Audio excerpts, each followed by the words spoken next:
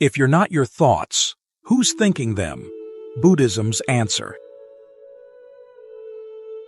Chapter 1. The Mystery of Thoughts and Thinking. Have you ever noticed those thoughts that just pop into your head? Like uninvited guests at a party. 1 minute you're focused, the next you're planning dinner, replaying an old argument, or worrying about something that might happen. Where do these thoughts even come from? And the bigger question, who is doing the thinking? If it's not you, then who? It's something we've all experienced. You might be washing dishes, driving, just staring out the window, and suddenly, a thought appears. You weren't trying to think it. It just showed up. This isn't some kind of mental glitch. It's the default mode of the untrained mind. Buddhism offers a powerful explanation for this. Dependent origination, pratitya samutpada. It's a core teaching, and it simply means that everything arises from causes and conditions. Every thought has a trigger, even if we're not aware of it. It could be a sensation, a feeling, a memory, a whole network of interconnected events. One thing leads to another, and another. Want to see this in action? Let's try something. For the next 10 seconds, try to predict your very next thought. Close your eyes. Go ahead. Could you do it? My guess is no. The act of trying to predict it completely changed the conditions.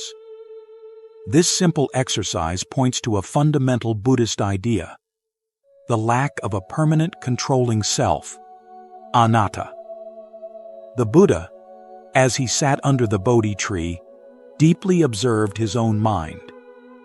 The Majjhima Nikaya describes his profound insights into the nature of consciousness.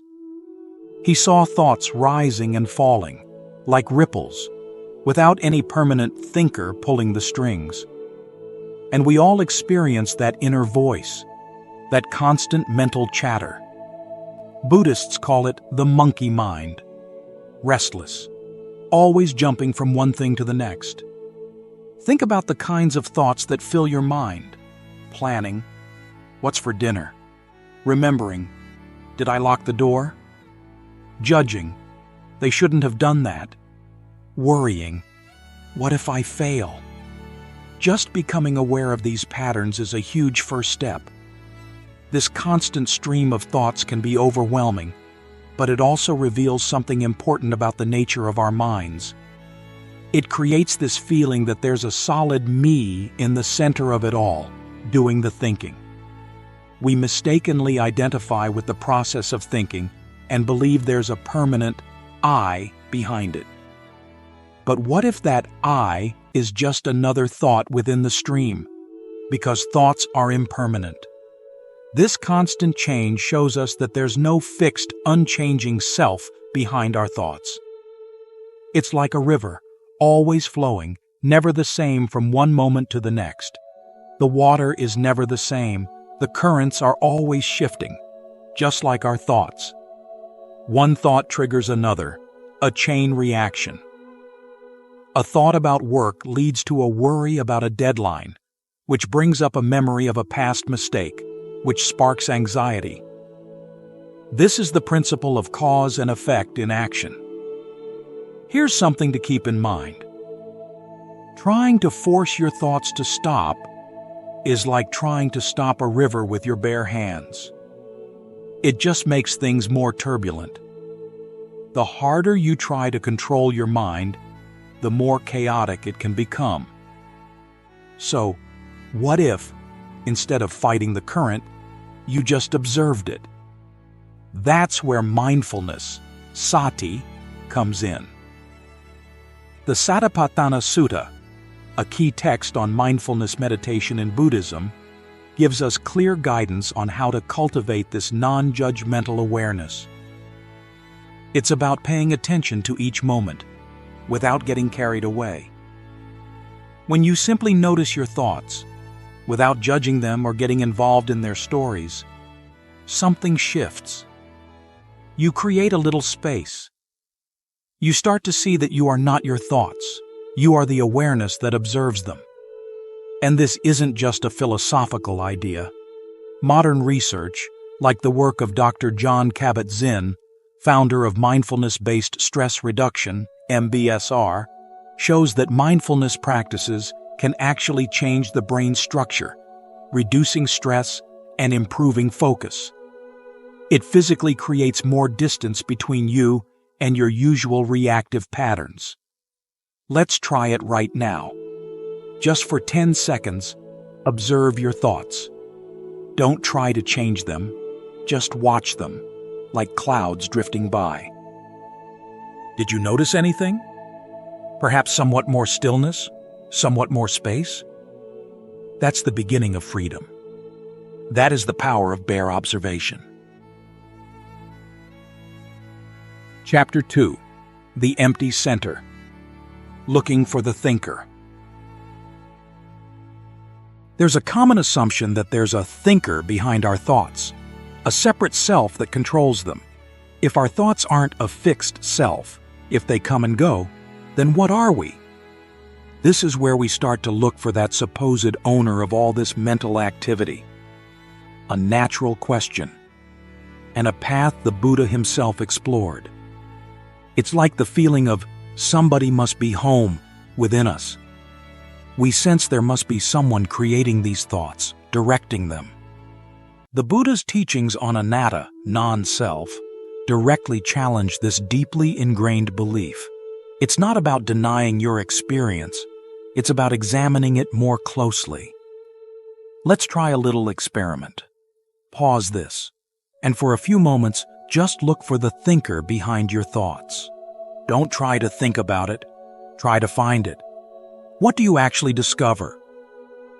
Did you find anything that felt like a solid, permanent thinker? Or perhaps something else entirely? This search, this looking for a self in charge of thinking, often reveals something quite surprising: the absence of what we expected. Instead of an abstract concept, the Buddha offered a practical way to examine our experience. He described human experience as being made up of 5 aggregates, or panchakanda. These are physical form, rupa, feelings, vedana, perceptions, sanya, mental formations, sankhara, and consciousness, vijnana. Everything we experience can be categorized into these 5 aspects. Mental formations include our intentions, volitions, thoughts, and habits. The Anatta-lakkhana Sutta quotes the Buddha directly. "This is not mine. This I am not. This is not myself."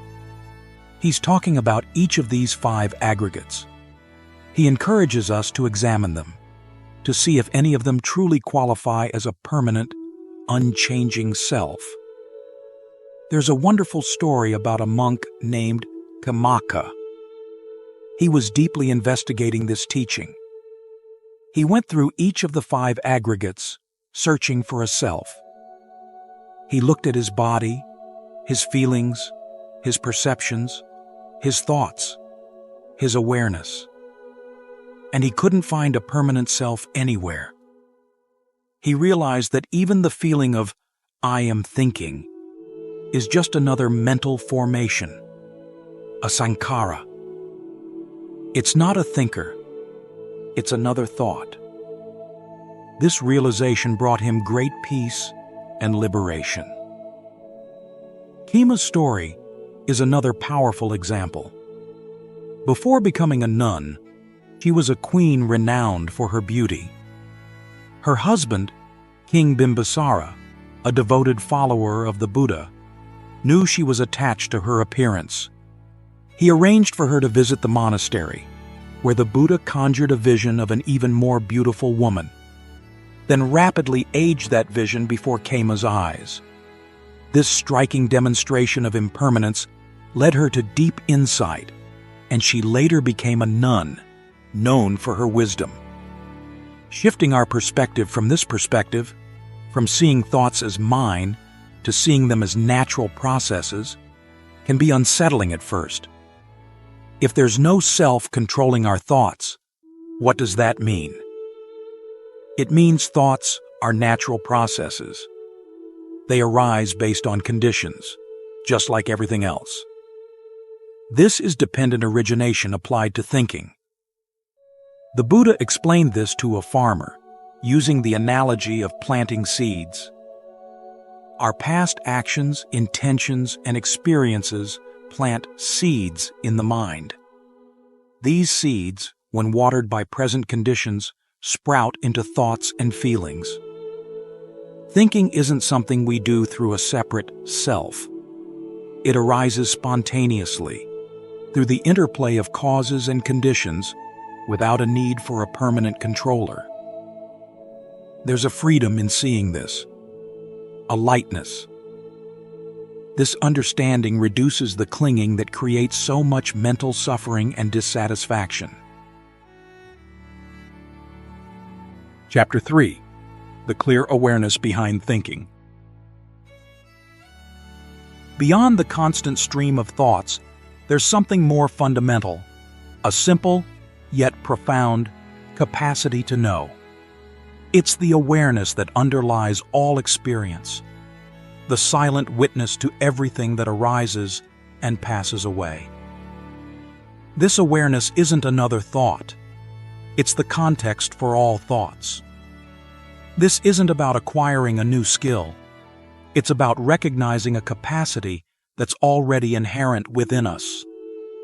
The Buddha emphasized the importance of sati, mindfulness, this non-judgmental awareness of present moment experience.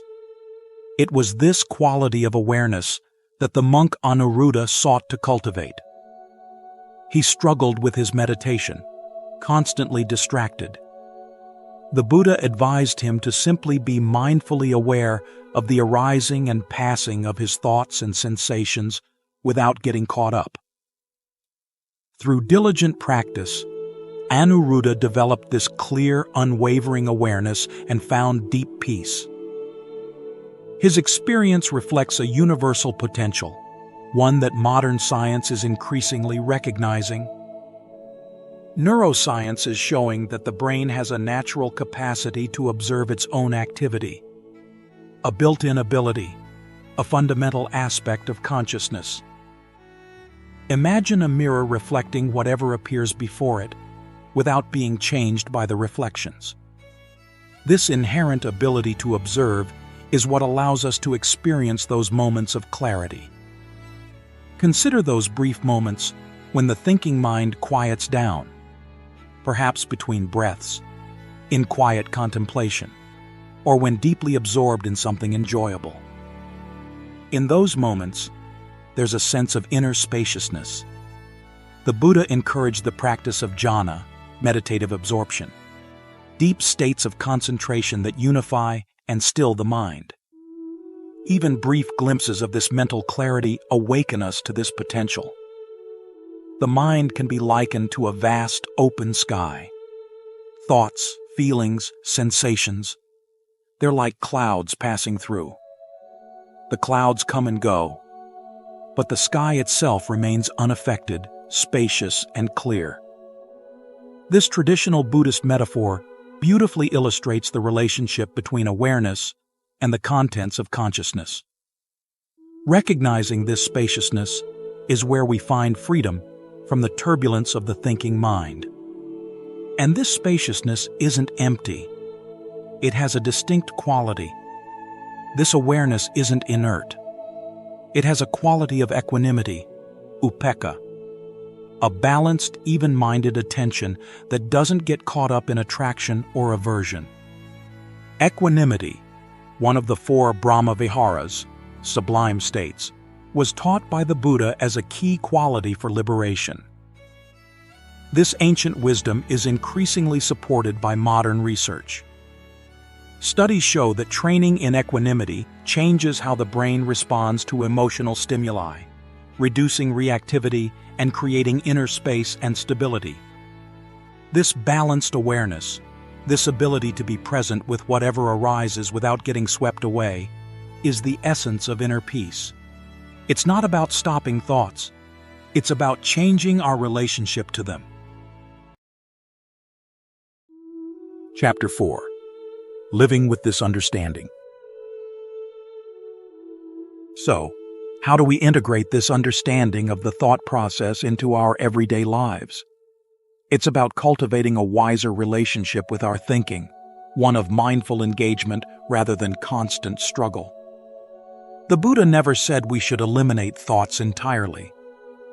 He understood that thinking is a necessary and valuable tool, how we plan, learn, create, and navigate the world.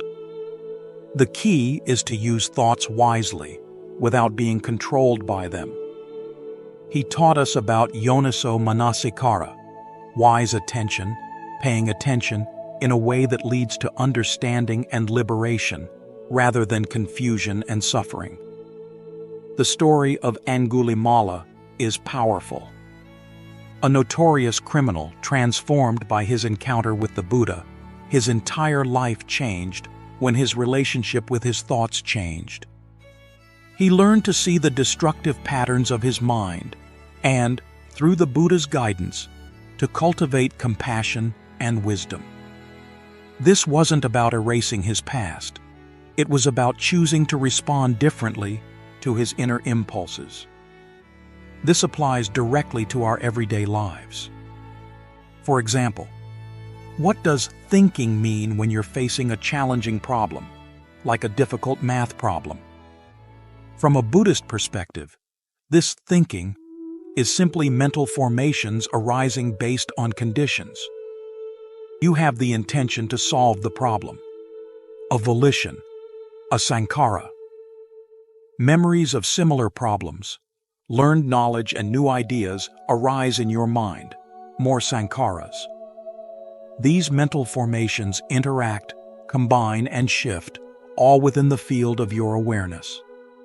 The key, when applying mindfulness, is that you're not identified with this process. You're not lost in the struggle. Instead, you're observing these mental formations arising and passing, and without clinging to any particular outcome. This creates the inner space, the mental clarity, needed for insight to arise. How might this look in practice? Here's a breakdown. 1. Intention, setting the stage. It starts with a clear intention. I want to understand and solve this problem. This sets the direction for your mental activity. 2. Observation, mindful engagement. As you work, you mindfully observe the thoughts, formulas, and strategies that arise. You notice frustration, dead ends, and new ideas. 3. Space, creating room. Instead of forcing a solution, you allow space. You might take a break, take a few deep breaths, or simply step away for a moment. This isn't procrastination. It's creating mental space for new connections to form. 4. Equanimity, staying balanced. You cultivate equanimity, understanding that the solution may take time. You're present with the process, not attached to a specific outcome. 5. Insight, allowing for emergence. When insight arises, gently acknowledge it. Don't cling to it. This allows the insight to fully develop and inform your understanding. In the Ālagaddupama Sutta, the Buddha told the parable of the raft. A raft is useful for crossing a river, but once you reach the other shore, you don't carry it around. Similarly, thoughts are useful tools in this process, but we don't need to cling to every thought or idea that arises. Recognizing when thinking is helpful and when it's creating unnecessary frustration is key. This is the middle way, a path between suppressing thoughts and being lost in them. We can start with small, simple steps to cultivate this awareness. When you feel stressed, take a few conscious breaths and simply observe the sensations in your body. When you're overwhelmed, find refuge in the awareness that holds the thoughts and feelings. Over time, these small moments of mindful attention create profound shifts, allowing us to be fully present. We began with a question. If you're not your thoughts, who's thinking them? The ultimate answer lies beyond words. It's a direct experience, beyond concepts. The 𝐂𝐴𝐻𝐿𝐴 Sutta describes the Buddha's noble silence when asked metaphysical questions. The point isn't to find a new self. It's to see that the question itself dissolves when viewed with clear awareness. That, ultimately, is the greatest freedom.